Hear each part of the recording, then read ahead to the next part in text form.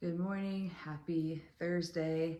I am home instead of being at work, and that is because I'm pretty sure I got food poisoning yesterday, and I had a rough night to say the least. Um, it is about noon right now, and I literally haven't eaten or drank anything since 3 p.m. yesterday. Um, and I need to figure out something. So I figured since I don't have a card chit chat for you guys today, we could try to figure out something for me to eat. And then maybe chit chat a little bit while I'm doing all of that, because like I said, I don't know what happened. Tim and I made some protein pasta Tuesday night, and I thought the sauce tasted a little more acidic than it did a few days prior when I used it for something else. That was also a different brand than we've ever used before, so then I was like, oh, maybe this is just what it tastes like because I'm not used to it. And I brought that for lunch, the leftovers for lunch yesterday, which was Wednesday. And I was eating it, and I still kind of felt like it tasted not bad. It didn't taste bad. It didn't taste spoiled. It just tasted very sweet. And I ate about a half of my leftovers. And within 3 hours, so that was at 12. And by 3, I felt so sick. I had so much bloating right here specifically. It just kept getting worse. And it felt like immense pressure, and like I couldn't breathe. Like I literally felt like somebody had a bicycle pump in my stomach and was just pumping it up. Like it was hard as a rock. It hurt so bad. It was definitely like gas. And then when I got home, things started happening, and that happened all night to the point where I was in so much pain, like, and just so tight and bloated and like going to the bathroom every 2 seconds, that I was like, something's wrong. Like, this is not gas. This has to be fluid, like, or blood. Like, my abdomen is filling up. Like, it was bad. Like, I was considering going to the hospital because that's how much pain I was in from the bloating. And I finally realized that we had some Pepto, I think it was Pepto-Bismol that we had. And so I took one, and it definitely helped relieve that pressure gas feeling, but still having issues even as of this morning going to the bathroom. So I'm not at work today because of 1, how exhausted I am. 2, I've been in and out of the bathroom. And 3, I just feel like depleted and dizzy. I feel like I even kind of look a little pale, because again, haven't had water, haven't had anything to eat since 3 o'clock yesterday. So let's try to figure out something we can make. Unfortunately, I don't think that there's much because a lot of the things I have are like dairy, or like heavy. Like I don't have bread, I don't have crackers. So I'm not really sure what I'm gonna make, but let's try to figure it out together. We're currently in my fridge. I have like nothing. I have eggs, I have some turkey bacon, vegetables, cheese. I don't know what to make that's not gonna make my stomach hurt. Avocado. I need something bland, but like none of this is bland. Honestly, I'm thinking maybe an apple with peanut butter and slow sips of water.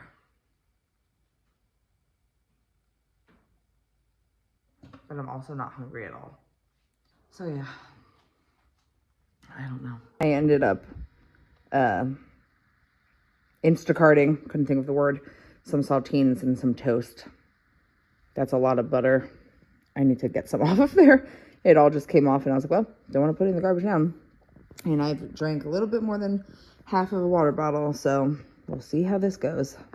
Wanted to give you an update on how the rest of my day has gone. Luckily, I've been able to keep the crackers down and the water down. I did only have a half of a bottle of water. And I was also able to keep the toast down. I actually had 2 pieces of toast because once I started eating, I realized how hungry I was. And a bunch more crackers. And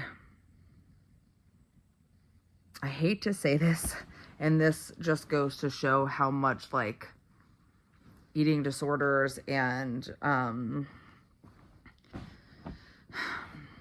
food addiction and mental health and losing weight and all that stuff is like connected. Obviously, I have been sick for the last day, over 24 hours at this point. And because I haven't eaten much and because I've been expelling everything that's in my body, the scale has obviously gone down. And I think I said in one of my other videos yesterday, I can't remember which one it was, but that sorry, you can hear my dog, that I got back up to like 217 after the holidays and eating, and like, you know, I was a little disappointed at first, but it is what it is, and blah, blah, blah, whatever. Well, and then I was like 214, and then I got on the scale this morning, and I was like 212, and I probably am down to like 211 now, because again, I haven't really been eating because I've been sick. There was a split second where I was like, well, it's kind of like a reset. Like, at least you're back down closer to 210 now, and you kind of like got rid of all of the bad stuff.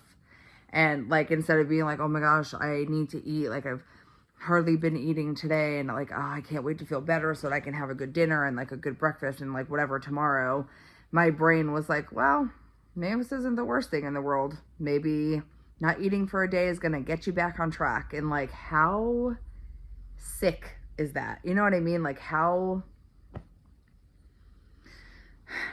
I've been on this journey with my Mounjaro for 10 months and a week. I looked today, and I am down 90 pounds. I was down 95 before Thanksgiving. We're just gonna call it 90 right now.